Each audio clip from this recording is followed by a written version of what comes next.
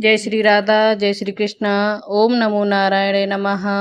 हे प्रभु, आप अनंत हैं और आप ही सच्चिदानंद स्वरूप हैं। निर्विकार पर ब्रह्म परमात्मा हैं। आप ही हम पर दया करें।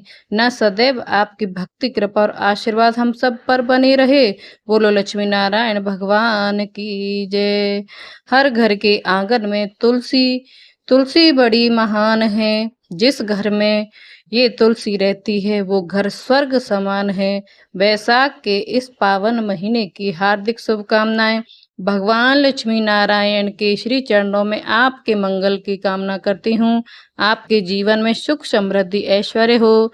कान्हा जी का हाथ सदा आपके सर पर हो। उनका प्रेम भक्ति और आशीर्वाद सदा आप पर बना रहे। वैशाख के इस पावन महीने में श्री हरि को प्रसन्न करने का उत्तम समय है।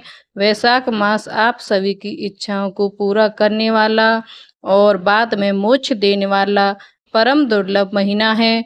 आज इस वीडियो में आपको वैशाख मास का संपूर्ण फल देने वाली पावन और पौराणिक 6 कहानियां सुनाने जा रही हूँ। वैशाख महीने में हर दिन नियम से इन कहानियों को सुनने से मन की हर इच्छा पूरी होती है। अगर आप वैशाख महीने में स्नान नहीं कर रहे हैं तो वैशाख महत्व के साथ आपको ये सभी कहानियां जरूर सुननी चाहिए। इससे आपको स्नान का पूरा फल मिलेगा। कहानी सुनते हुए बीच बीच में हुंकारा जरूर भरना होता है जब हम बोलते हैं। अब हम इससे शुरू करते हैं। बोलो लक्ष्मी नारायण भगवान की जय। वैशाख मास के ठाकुर की जय। एक गांव में एक साहूकार पति पत्नी अपनी 2 बेटियों के साथ रहते थे। उनका परिवार धार्मिक प्रवृत्ति का था। पूरा परिवार हर व्रत त्योहार पूजा पाठ एकादशी के व्रत और उपवास करते थे। एक बार की बात है, उनकी छोटी बेटी जिसका नाम कमला था गांव के पनघट पर पानी भरने के लिए गई। वैशाख मास का महीना था। जब वे कुएं पर पानी भर रही थी तो उसने देखा कि गांव की बहुत सारी स्त्रियां वहां कथा कहानी सुन रही हैं, पूजा भी कर रही हैं। तब साहूकार की छोटी बेटी कमला को थोड़ी जिज्ञासा हुई और उन औरतों के पास गई और उनसे पूछने लगी कि काकी आप ये सब क्या कर रही हो। तो उनमें से एक औरत बोली, बेटा हम सभी ने वैशाख मास का स्नान और व्रत किया है और हम उसी की पूजा कर रहे हैं और अब हम भी पंडित भी जाएंगे और हमें सुनाएंगी। अब जो छोटी बेटी, काकी इसका क्या फल मिलता है, इससे क्या होता है। काकी बोली, बेटी कमला वैशाख मास का स्नान और व्रत करने से सारे पाप धुल जाते हैं और घर में अन्न धन के भंडारे भर जाते हैं। कुंवारी लड़कियों के ब्याह हो जाते हैं, निसंतानों को संतान मिलती है, बुजुर्गों को बैकुंठ का वास मिलता है। बेटी आओ तुम भी कहानी सुन लो, क्योंकि कहानी सुनने मात्र से ही वैशाख मास के स्नान का व्रत का भी बहुत फल मिलता है। तब कमला बोली, काकी इसमें कौन सी कहानी सुनते हैं, मैं भी वैशाख मास का व्रत और स्नान करूंगी। आप मुझे वैशाख मास के व्रत की पूरी विधि बताइए और इसमें कौन सी कहानी सुनते हैं वो भी बताइए। तब काकी ने कहा, बेटी आओ तुम हमारे साथ बैठो और यहाँ पंडितानी जी अब हमें कहानी सुना रही हैं, तुम भी हमारे साथ बैठ के यह कहानी सुनो। तब पंडितानी जी ने कहानी कहनी शुरू की। पंडितानी जी ने कहा, वैशाख मास में रोज 6 कहानियां सुननी चाहिए। सबसे पहले गणेश जी की कहानी, फिर तुलसी जी की कहानी, फिर सूर्यनारायण भगवान की कहानी और उसके बाद वैशाख की कहानी सुननी चाहिए। पीपल पथवारी की कहानी सुने। उसके बाद पंडितानी जी ने सबसे पहले गणेश जी की कहानी सुनाई। गणेश जी की कहानी इस प्रकार से है। बहुत पुरानी बात है, एक नगर में सुमित्रा नाम की एक सुंदर सुशील और धनपरायण कन्या रहती थी। वो प्रतिवर्ष वैशाख मास में सूर्योदय से पूर्व पवित्र नदी में स्नान करती, दान देती और व्रत भी करती। लेकिन एक गलती वो हर बार करती थी, वो भगवान गणेश जी की पूजा ही नहीं करती थी। उसका मानना था कि वैशाख स्नान करने मात्र से उसे महापुण्य फल मिल जाएगा। एक दिन वो तड़के उठकर गंगा तट पर स्नान के लिए गई। आई जैसे ही वो उस घर में डुबकी लगाने लगी, एक तेज हवा चली और उसके वस्त्र बह गए और वह बहुत लज्जित हुई और स्नान अधूरा रह गया। वह रोती हुई घर लौट आई।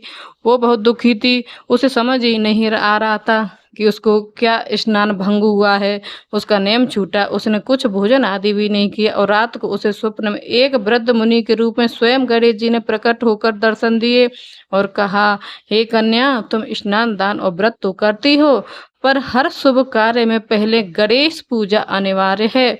बिना गणेश जी की पूजा के कोई भी शुभ कार्य सिद्ध नहीं होता। गणेश जी विघ्न हरता है, लेकिन बिना स्मरण किए, बिना उन्हें बुलाए, बिना याद करे भला विघ्नों को कौन हरे। सुमित्रा ने हाथ जोड़कर क्षमा मांगी और प्रतिज्ञा की कि अब से वो हर कार्य से पहले गणेश जी की पूजा करेगी। और अगले दिन से उसने पहले गणेश जी को दूर्वा फल और मोदक अर्पित किए, फिर स्नान किया। इस बार उसने स्नान निर्विघ्न पूरा हुआ और उसे मनचाहा पुण्य फल भी मिला। इसलिए जब भी पूजा करो तो तब शुरुआत में प्रथम पूजनीय श्री गणेश जी की पूजा करने से करो। गणेश जी की अपेक्षा से शुभ कार्य अधूरे रह जाते हैं, कोई फल नहीं मिलता है। और गणेश जी भगवान जैसे आप भक्तों को रास्ता दिखलाते के लिए उनके स्वप्न में प्रकट हुए, उनको मार्गदर्शन किया, सही राह दिखाई, वैशाख स्नान पूरा करवाए। ऐसे ही सब पर कृपा बनाए रखना। कहने वाले, सुनने वाले और हुंकारा भरने वाले सब पर अपनी कृपा और आशीर्वाद बनाए रखना। कहानी घटती हो तो पूरी करना और परवान चढ़े भले बिसरे नाम तेरे भंडारे भरे। बोलो गणेश जी महाराज की जय। इसके बाद पंडितानी जी ने दूसरी तुलसी जी की कहानी सुनाई। एक बार की बात है, एक गांव में एक ननद और भौजाई रहते थे। घर के सभी लोग बेटी को बहुत लाड़ प्यार से रखते, परंतु उसकी भाभी अपनी ननद से बहुत ज्यादा जलती भुनती थी, क्योंकि वो सबकी लाडली बेटी थी। इसीलिए उसकी माँ उससे घर का कोई काम काज भी नहीं कर पाती थी और भाई भी अपनी बहन को बहुत लाड़ से रखता था। एक दिन बहू ने अपनी सासू से कहा, सासू जी आप अपनी बेटी से घर का कोई काम काज क्यों नहीं करवाती हो, पराई घर जाएगी तो बहुत दुख पाएगी। परंतु सासू जी ने कहा, अभी तो ये बहुत छोटी है, बड़ी हो जाएगी तो सब सीख जाएगी। इस तरह दिन बीतने लगे। बेटी का नाम रानी था। रानी जब समझदार हुई तब से ही तुलसी जी की पूजा करती थी, तुलसी जी को सींचती थी, सुबह शाम घी का दीपक लगाती। तुलसी जी की पूजा करने के बाद वो खाना खाती थी और रानी तुलसी माँ से प्रार्थना करती थी और कहती थी, हे तुलसी माँ, सोने के जंग का लोटा दो और लड्डुओं का थाल दो। और उसके ये कहते उसके सामने सोने का लोटा और लड्डुओं का थाल आ जाता था। रानी ले जाकर उसे सोने के लोटे और लड्डुओं के थाल को अपनी माँ को दे देती थी और इसी से उनका घर भी चल रहा था। उनके घर में कभी भी अन्न धन की कमी नहीं होती थी। जब वो बड़ी हुई तो माँ ने अपने बेटे से कहा कि बेटा तुम्हारी बहन रानी बड़ी हो गई है, उसके लिए कोई अच्छा सा घर वर तलाश करो ताकि हम धूमधाम से उसका विवाह कर सकें। भाभी अपनी ननद से बहुत चिढ़ती थी। उसने अपने पति से कहा कि मैं अपनी लाडली ननद के लिए अच्छा सा घर वर खुद तलाश करूंगी। पति ने कहा ठीक है। भाभी ने गरीब से गरीब घर ढूंढा और वहां जुगाड़ लगा के अपनी ननद का रिश्ता करवा दिया। शादी के बाद जब रानी अपने ससुराल गई तो उसकी खूब आवभगत हुई। सुबह उठकर उसने अपनी सासू से कहा कि मैं तो पहले तुलसी जी की पूजा करूंगी, उसके बाद ही मैं अन्न ग्रहण करूंगी। सास बोली, हमारे यहाँ तो तुलसी का पौधा ही नहीं है, तुम अपनी छोटी ननद को साथ ले जाओ और पड़ोस में तुलसी का पौधा है, वहां पूजन कर लो। रानी अपनी ननद के साथ पड़ोस में पूजन के लिए गई। रानी ने तुलसी जी की पूजा की और वही मांगा जो हमेशा मांगती थी, सोने का लोटा ही में जल दो और लड्डुओं का थाल दो। दोनों चीजें उसके सामने आ गई।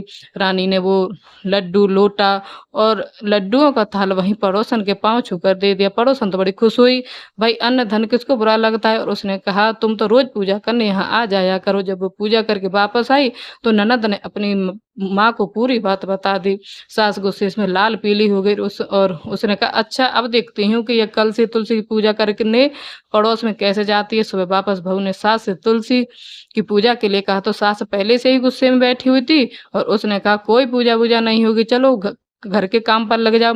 रानी बहुत दुखी हुई। उस दिन उसने कुछ भी नहीं खाया पिया इस तरह, क्योंकि उसका नियम था, नियम पूरा नहीं करेगी तो कुछ नहीं खाएगी। इस तरह 45 दिन निकल गए और वह भूखी प्यासी ही रही। एक दिन रात को तुलसी माँ ने उसे दर्शन देकर कहा कि बेटी उठो, आजकल तुम मुझे सींचती नहीं हो, मेरी पूजा पाठ भी नहीं करती हो, दिया बाती भी नहीं करती हो। तो रानी ने कहा, माँ मैं क्या करूं, मेरे ससुराल में तो तुलसी का पौधा ही नहीं है, तो मैं कैसे करूं। तब तुलसी महारानी ने कहा कि तुम उठो, घर के आंगन में देखो, वहां तुलसी का पौधा आ गया है। उसके बाद रानी को गहरी नींद आ गई।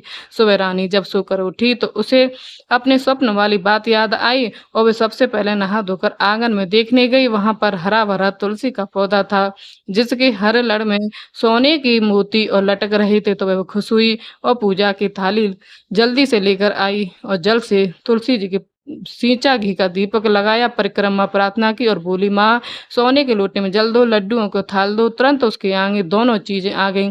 बहू ने ले जाकर वे दोनों चीजें अपनी सास के पांव छू कर दी। सास चकित रह गई और पूछा, यह सब कहाँ से आया? तब बहू ने पूरी बात बताई। सास ने आंगन में जाकर देखा तो उसके आंगन में तुलसी के पौधे जगमगा रहा था। तुलसी क्यारियों में सोने के मोती लटक रहे थे और उसका घर महल में बदल गया था। सासू को अपनी गलती पर बहुत शर्मिंदगी हुई। सास बहू के पैर पड़ने लगी तो बहू ने कहा, सासू माँ उल्टी गंगा क्यों बहाती हो? मैं आपके पाँव लगूंगी, आप तुलसी माँ के पाँव लगना। तब दोनों सास बहू और ननद रोज तुलसी माँ की पूजा करने लगी, तुलसी सींचने लगी और तुलसी जी की कहानी सुनने लगी। हे तुलसी माता, जैसे आपने रानी के ऊपर प्रसन्न हुई वैसे सबके ऊपर प्रसन्न होना। इस कहानी को कहते सुनते हुंकारा भरते सब पर कृपा बनाए रखना। कहानी अधूरी हो तो पूरी करना, पूरी हो तो अपनी कृपा बनाए रखना। इसके बाद तीसरी कहानी पंडितानी जी ने सूर्य भगवान की सुनाई। प्राचीन काल की बात है। काशी नगरी में सुदामा नाम का एक निर्धन ब्राह्मण रहता था। वो अत्यंत धार्मिक और कर्मनिष्ठ था, किंतु भाग्यवश उसे जीवन में अनेक कष्टों का सामना करना पड़ा। रोग, दरिद्रता और अपयश से वह घिरा हुआ सुदामा हर उपाय कर चुका था, लेकिन उसे कुछ लाभ नहीं हुआ। एक दिन एक तपस्वी साधु उसके द्वार पर आए और सुदामा ने उन्हें जल और भोजन अर्पित किया। साधु प्रसन्न हुए और बोले, तुम्हारे दुखों का निवारण केवल सूर्य नारायण भगवान ही की उपासना से, नारायण की उपासना ही संभव है। विशेषकर वैशाख मास में तुम प्रातः काल सूर्योदय से पहले स्नान करके सूर्य देव को अर्घ दोगे और ओम सूर्य देवाय नमः इस मंत्र का जाप करोगे और लाल पुष्प चढ़ाओगे तो समस्त कष्ट दूर हो जाएंगे। सुदामा ने साधु की बात मानकर वैशाख में नियम पूर्वक सूर्य पूजा प्रारंभ की और वो प्रतिदिन सूर्योदय से पहले उठता, स्नान करता, स्वच्छ कपड़े पहनता और ताम्र पात्र में जल भरकर सूर्य देव को अर्घ देता। साथ ही आदित्य हृदय स्त्रोत का पाठ करता और गुड़ गेहूं का दान करता। तो कुछ ही दिनों में चमत्कारिक परिवर्तन हुआ और उसका शरीर स्वस्थ हो गया। घर में अन्न धन के भंडारे भर गए और उसे यश ही यश प्राप्त होने लगा। सूर्यदेव केवल प्रकाश और ऊर्जा के ही देवता नहीं है, बल्कि जीवन में स्वार्थ और समृद्धि के भी प्रतीक हैं। उनके आराधना करने से आत्मबल, तेज और सफलता मिलती है। वैशाख मास में सूर्य नारायण की उपासना बहुत फलकारी होती है। इसीलिए ही कहा जाता है कि सूर्य की उपासना से ही जीवन में सूर्य उगता है। सौभाग्य का सूरज अगर आप भी अपने जीवन में उगाना चाहते हो तो नियम से, प्रेम से, भाव से सूर्य देव की पूजा जरूर करना।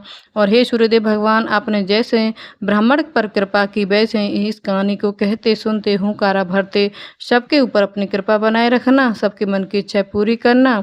और इसके बाद चौथी ब्राह्मणी ने वैशाख मास की एक पौराणिक कहानी सुनाई। प्राचीन समय की बात है। मदनपुर नामक नगर में एक धनी व्यक्ति रहता था जिसका नाम था विशंब। उसके पास धन, वैभव और प्रतिष्ठा की कोई कमी नहीं थी, लेकिन वह अत्यंत घमंडी और अधर्मी था। वो ना तो दान करता था और ना ही किसी तीर्थ या पुण्य कर्म में विश्वास करता था। एक बार वैशाख मास आया। नगर के सभी लोग ब्रह्म मुहूर्त में उठकर पवित्र नदी में स्नान करने, दान देने और भगवान विष्णु की पूजा में लग गए। सबने विषम को केवल सलाह दी कि वह इस पुण्य मास में स्नान करे, पर उसने मजाक करते हुए कहा कि इन सब को करने से कुछ नहीं होता, वो सब समय बर्बादी की काम है। यह सारे उस रात विषम को सपने में यमदूत के दर्शन हुए। वो उसे ले जाने आए थे। घबराकर उसने प्रार्थना की कि मुझे एक मौका दो, एक मौका दो। तभी एक दिव्य पुरुष प्रकट हुए और उन्होंने कहा कि विषम, वैशाख मास में जिसने स्नान, दान, जप और भक्ति से समस्त पाप नष्ट हो जाते हैं, यदि तू सच्चे मन से प्रायश्चित कर इस मास के बचे हुए दिनों में स्नान करेगा तो तुझे मोक्ष की प्राप्ति होगी। सुबह होते ही विषम बदल गया और उसने नदी में स्नान किया, निर्धनों को अन्न वस्त्र का दान दिया और भगवान विष्णु की भक्ति में लीन हो गया। वैशाख पूर्णिमा तक उसने पूरे नियमों का अच्छे से पालन किया। मृत्यु के समय विष्णु दूत उसे लेने आए और उसे बैकुंठ लोक की प्राप्ति हुई। इस कथा में हमें शिक्षा मिलती है कि वैशाख मास में स्नान और पुण्य कर्म करने से पाप नष्ट हो जाते हैं, आत्मा शुद्ध होती है और मोक्ष प्राप्त होता है। यह महीना स्वयं नारायण को प्रिय है। बोलो वैशाख मास के ठाकुर की जय। इसके बाद पंडितानी जी ने पीपल पथवारी की कहानी सुनाई। बहुत समय की बात है। किसी गांव में एक सास बहू रहते थे। वो गुजरी थे कि एक दिन सास ने अपनी बहू से कहा कि दूध दही बेचने जा। अब वो दूध दही बेचने तो निकल पड़ी। उसने देखा कि औरतें पीपल पथवारी सींच रही थी। उसने उन औरतों से पूछा कि तुम लोग क्या कर रही हो? तो उन औरतों ने कहा हम तो पीपल पथवारी सींच रहे हैं। बैसाख मास में पीपल पथवारी सींचने से घर में अन्न धन होता है, पुत्र होता है, बिछड़ों को मिलन होता है, निसंतान को संतान मिलती है, कुंवारों का ब्याह होता है। बहू ने कहा ऐसा है तो तुम लोग तो पानी से सींच रही हो, मैं तो दूध दही से सींचूंगी। अब उसकी सास रोज उसे दूध दही बेचने के लिए देती और वे रोज दूध दही पीपल पथवारी में सींचाती। एक दिन सास ने बहू से दूध और दही के पैसे मांगे तो बहू ने कहा कि महीना पूरे होने पर मिलेंगे। इस तरह बैसाख का महीना धीरे धीरे पूरा हुआ। बहू ने खूब पूजा पाठ ध्यान जप किया। पूर्णिमा का दिन आया तो सास ने बहू को बोला कि आज दूध और दही बेच के तब के पैसे लेकर आना, आज महीना पूरा हो गया। बहू पीपल पथवारी के पास जाकर बैठ गई और सोचने लगी अगर घर गई तो सास रुपए मांगेगी और मैं रुपए कहाँ से दूंगी। इसी सोच में वो बैठे बैठे सुबह से दोपहर, दोपहर से शाम हो गई। पथवारी माता ने कहा गुजरी तू घर क्यों नहीं जाती है? तो गुजरी ने कहा कि मैं घर कैसे जाऊँ, मेरी तो सास तो मेरे से दूध और दही के पैसे मांग रही है। दूध और दही मैं आपको चढ़ा देती थी, अब मैं अपनी सास को पैसे कहाँ से दूं? तो पथवारी माता ने कहा अरे बावली, हमारे पास भी पैसे कहाँ हैं?